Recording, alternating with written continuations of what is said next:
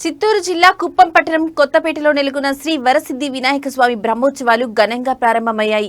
ఈ సందర్భంగా ఆలయంలో గణనాథుని వివిధ పుష్పాలతో అలంకరించి ప్రత్యేక పూజలు, అభిషేకాలు, అర్చకులు ఘనంగా నిర్వహించారు.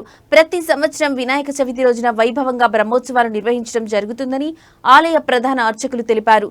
స్వామివారిని దర్శించుకోవడానికి వచ్చిన భక్తులకు తీర్థ ప్రసాదాలు అందించడం జరుగుతుందని తెలిపారు.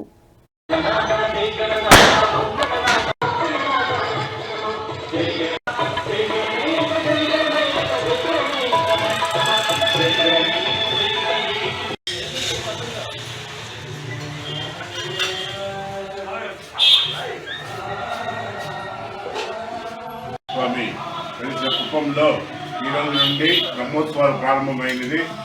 ఈరోజు మూషిక వాహనంతో ఉత్సవం పగలు జరుగుతుంది. రేపటికి కళ్యాణోత్సవము, మర్నాడు రథోత్సవం జరుగుతుంది. శుక్రవారం నాడు అన్నదాన కార్యక్రమము అతి వైభవంగా, బాణ వెనుకలు, పుష్పపల్లకి అతి వైభవంగా జరపబడింది. కావున భక్తాదులందరూ కుప్పం ఇచ్చేసి సన్నిధానాన్ని చూసి దర్శించవలసిందిగా ప్రార్థిస్తున్నాము.